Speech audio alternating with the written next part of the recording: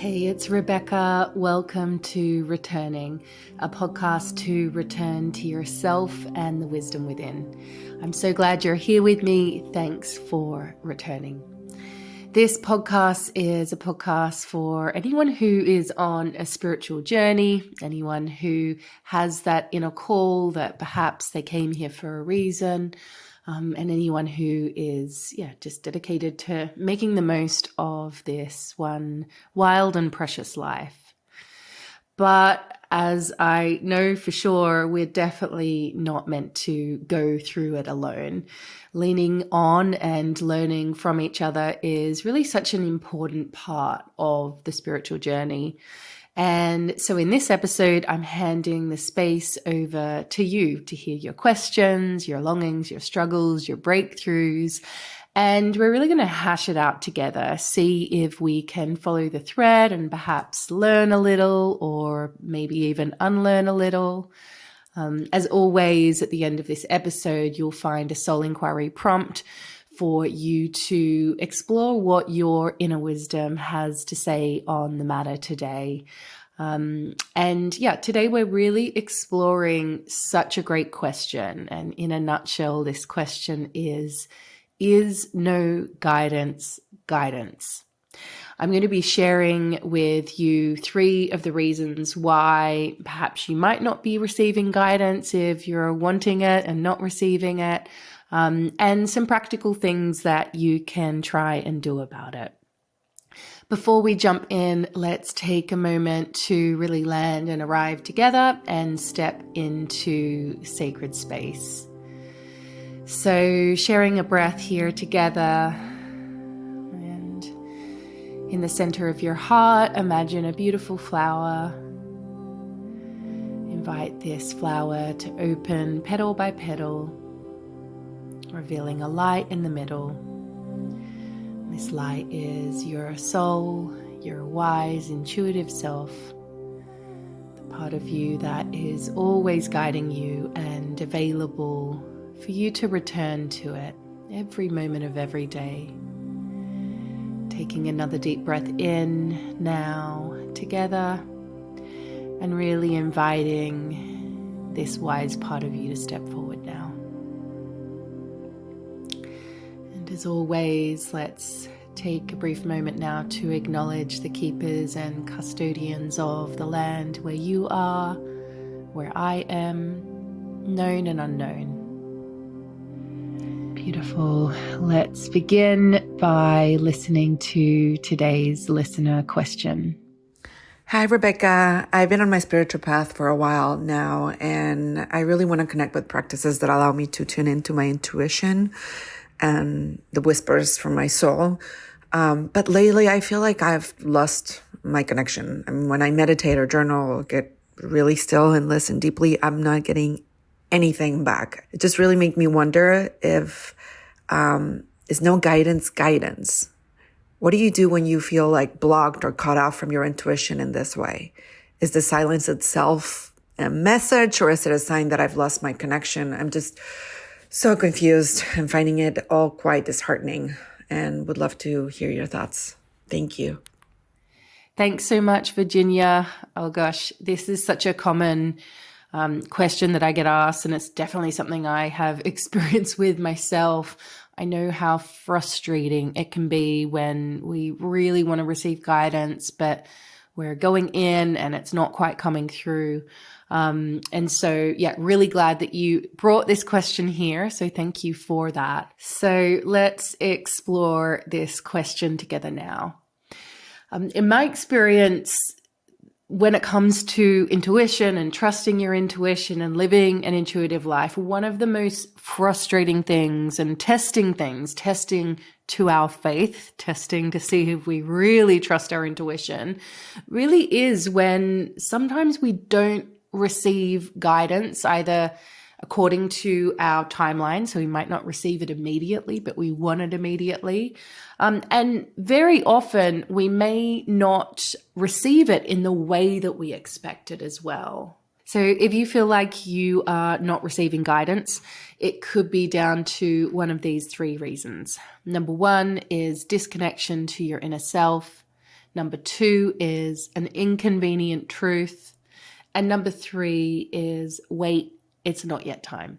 Obviously, there are circumstances that fit into outside of these 3 reasons, but these are the 3 main ones that I've explored personally and seen over and over again with people who are struggling to trust their intuition as well, or just dedicated to living an intuitive life. And so we're going to unpack these 3 a little more together. And then, of course, the real work is, if you are finding that, I feel like I'm not really receiving guidance, the first step is to inquire into which one is it out of these 3 things. So first up, disconnection to your inner self. If you're receiving no guidance, sometimes it's because perhaps we're not prioritizing the relationship with our inner self. So the connection isn't super, super strong. Like any relationship, tending to our inner wisdom is really like tending to a garden or a relationship. It thrives and blossoms and reveals its richness and insight when we show up and tend to it. The more we tend to it, the more of our attention and presence and intention we bring to it, the deeper that connection is likely to become. And yeah, like life is life, and often it can get in the way. We can fall away from our practices that serve us and nourish us.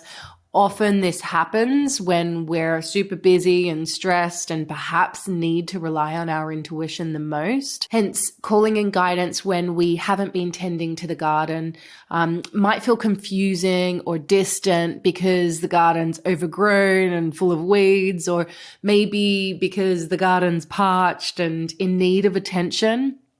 The insight of the garden might remain hidden. So you can see the garden is your intuition in this analogy.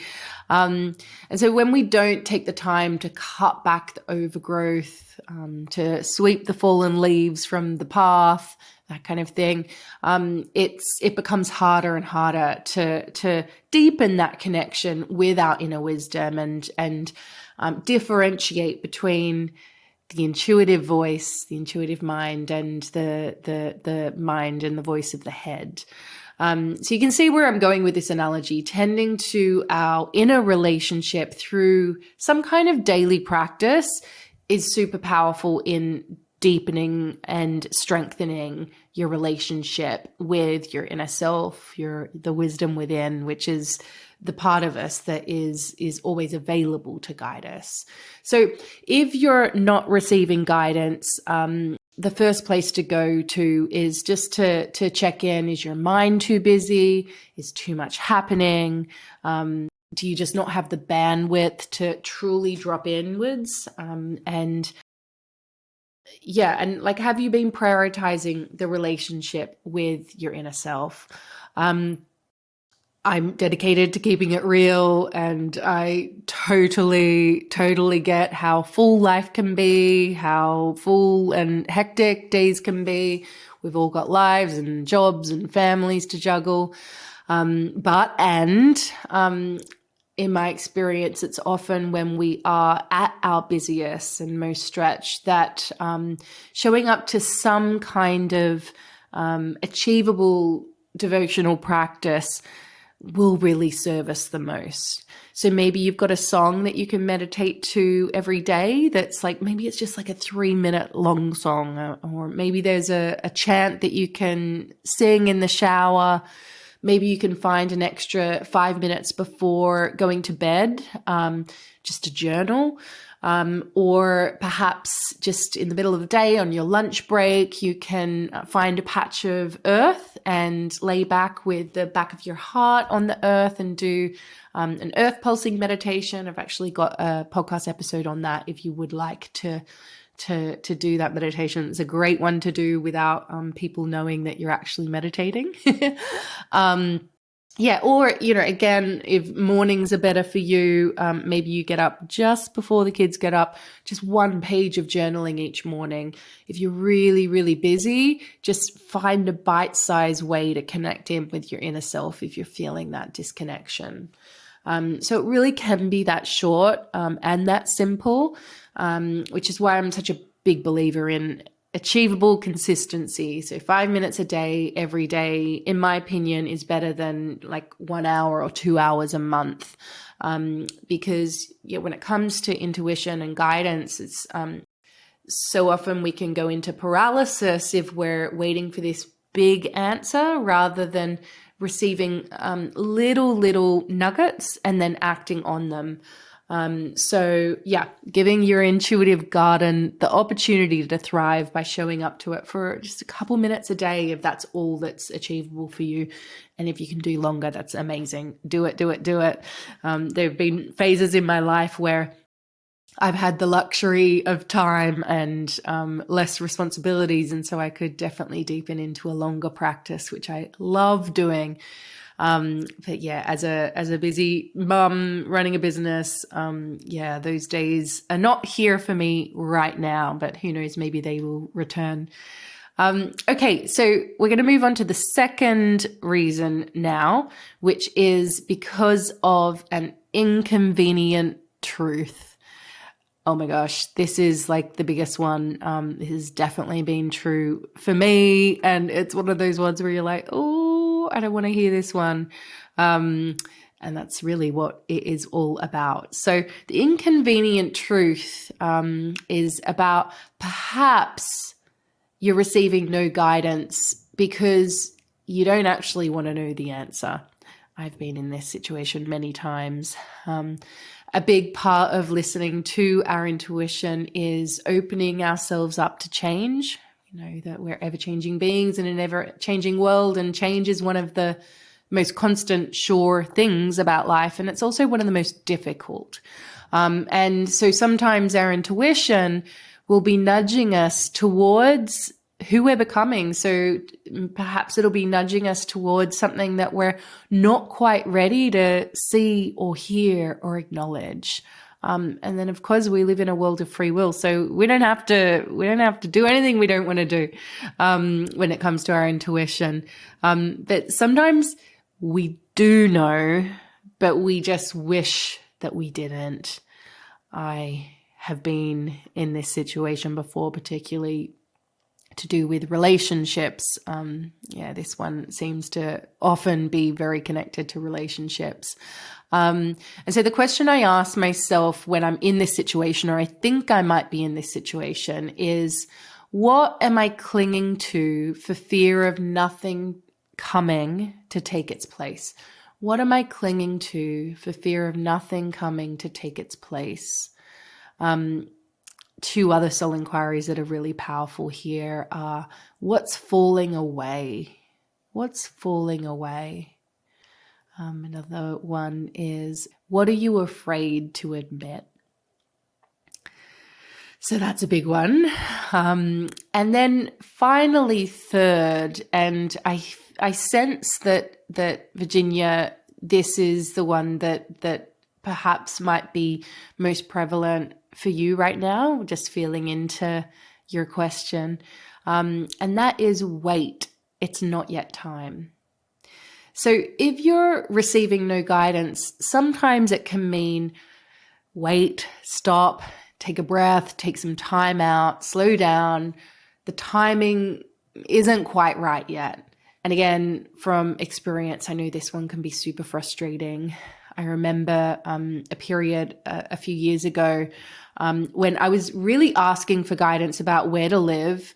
And then I'd received the same vision over and over again. It was this vision of laying on the grass, and it was this grass that seemed to like hug me back. It was like in spring or summer. I was surrounded by roses. But yeah, the grass was just so healing and so nourishing. But I didn't have any more information than that. Like, it was a very clear vision, but with no location details. I didn't know where it was. I didn't even know what country it was in, let alone what city it was. And so it was just so frustrating. I kept asking for more clarity. That's another good tip when it comes to intuition. You can ask for more information, and in many cases, you'll get more information, more details. But in this case, I kept asking for more clarity, and to be told where it was in the world and whereabouts and what does a house look like and all of that. But honestly, for 18 months, all I got was this one vision of me laying down in what I assumed was a garden. And I just got it over and over and over again. And it was so frustrating. I felt pressured. It was like I had this huge decision to make. And this decision, like the outcome, really impacted my whole life. And it wasn't just my life. It was obviously my life with my husband and family and many more people. And I was so dedicated to living an intuitive life and trusting my intuition, but I was really being tested. At one point, I remember even saying to my husband, I've got nothing here to offer you except for this vision. So, I'm totally fine if you just take the lead, because I literally am unable to guide us right now beyond this vision. And so then that resulted in the two of us spending hours and hours every week in the rabbit hole that is real estate apps, trying to figure it out. So figure it out, which I'm all for action when we receive guidance. But yeah, in this case, it really did feel like it was like, no, you're getting a glimpse, but the scene isn't ready yet. So it was really exhausting, and all of that running around was really pointless. I kept on trying to hold the faith, but then I was struggling to not go into action because it was such a long period of time that I didn't receive the next step. So looking back now, I can, of course, as we can do with hindsight, you can see the silver lining a lot more clearly when you look back, and it's a lot easier to weave the threads together. But it definitely didn't feel like this at the time. But looking back now, I can really see that I was doing a really good job at staying curious. So constantly asking to be shown more, because I think that's the thing with intuition. You can keep asking. But in reality, for me in this situation for a long time, I didn't receive any more information on this particular question. It was just the repetition of the same vision. Personally, I knew I needed to live closer to nature. But every time we thought we'd found the perfect place, it kept on falling through. And so it really did test my faith and my work and everything that I devoted my life to. But then the most amazing thing happened.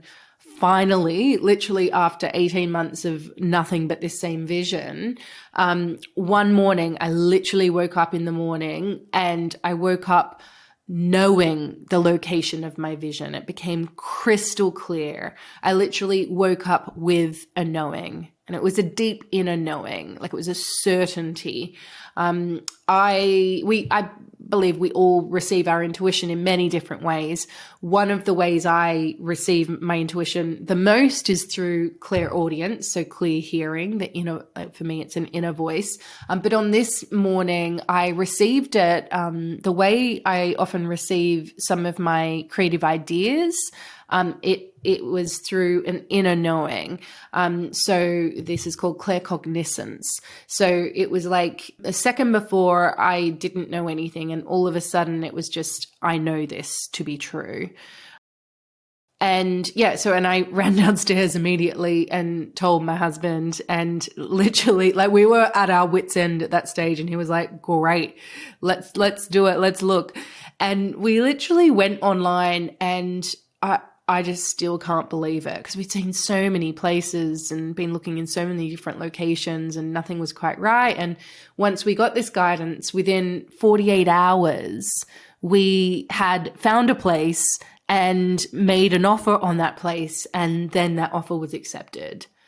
So that blew my mind, because in hindsight, I see how when it finally did become clear, when the guidance came in, when the timing was right, it actually dropped in fully formed. And this is such a key part of living an intuitive life, once it did come in fully formed, we acted immediately. And this really is such a key point. It really does take courage to receive our guidance, well, not just receive it, but then to act on it when we receive it. At the time, it felt like a huge, wild act of faith, but we leapt in 2 feet in. But again, both my husband and I, we just had this knowing that it felt right. Every cell in our body was like, yes. And sure, there were things that our mind were like, oh, do we, the mind will often come in when we're taking a leap and being courageous to follow our intuition. But deep down, there was this inner knowing that, we've received it now. And yeah, of course, looking back, I can, of course, join the dots and see that actually the threads of my life were weaving themselves together that whole time. It was such a big decision for us. And soon after that, we started a family. So it was like the place was really important. And it ended up being where we were for the pandemic as well. So yeah, lots of threads being woven in the lead up to that, and then after. And yeah, so there was really so many intricate and enormous parts really weaving themselves together to make it all possible, which were completely unseen to us. And so all that time where I kept on receiving the vision, but nothing else but the vision, and I was like, I'm just getting nothing. Really, the energy was building and we were being prepared and we were changing and getting ready for the next step, getting ready for the move. It really tested both my faith and my husband's faith. It took patience and trust to really continue holding onto that vision, especially when the next step and the details weren't coming in. I want to share something that I learned in that process as well, that I think is really important when we're not receiving guidance according to our own timeline. And that is, I was actually very active in my waiting. So I wasn't just like, oh, I've received nothing, I'm just not going to show up to my practice or anything like that. I stayed devoted to my practice and I really was also devoted into, and this is also another podcast episode, of living into the question. So, and I know that can be really, really hard when indecision can so often feel paralyzing and can make us inactive. But I was active in constantly living into the question. So, yeah, the wait can be an active thing that you're doing. Rather than just kind of like disconnecting and just kind of, separating yourself from the intuitive process. When we're getting no information, the invitation can be to trust that perhaps things are being woven on our behalf, and be active in your waiting and be ready to act physically when the guidance does return. In my experience, the guidance does return. Yes. So thank you so much, Virginia, for asking this question. And to anyone else out there who resonates and is also feeling a bit stuck, I hope these 3 possible reasons can help unlock a way forward for you if you are not receiving guidance and you really want to. And yeah, as always, that everything that we're doing in the podcast is in aid of deepening the connection to our inner wisdom. So on that note, let's see what our inner wisdom has to say to us today with the soul inquiry practice. Soul inquiry is a practice where we enter into a direct dialogue with our inner self. I personally like to journal my answers, as I find that I receive more deeply that way, but feel free to do what works for you. If you are going about your day, you might just want to speak them out loud or just hold it in your heart. So Today's soul inquiry prompt is, what would you like to receive guidance on? What would you like to receive guidance on?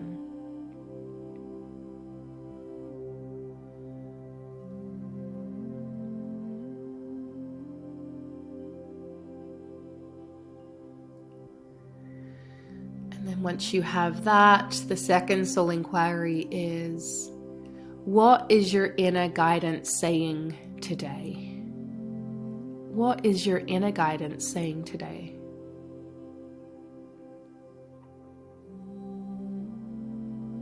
What is your inner guidance saying today?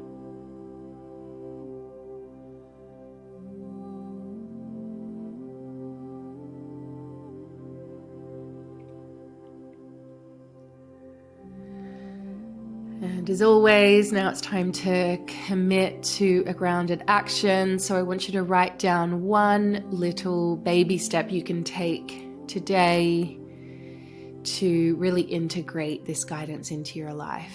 What's one little baby step you can take today?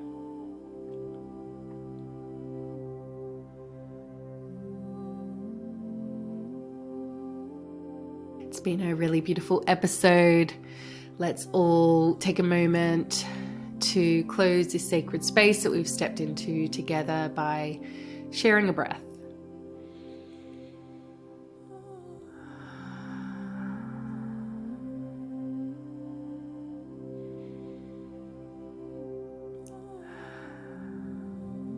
I'm so grateful for you being here. If you have a question you'd like me to talk through, simply send us a voice note to podcast@rebeccacampbell.me. If you'd like to keep returning to yourself and returning here with me, then please hit subscribe. If you'd like the show notes from today's episode or to sign up to receive any new episode that we've got coming up directly to your inbox, then just head over to rebeccacampbell.me/podcast.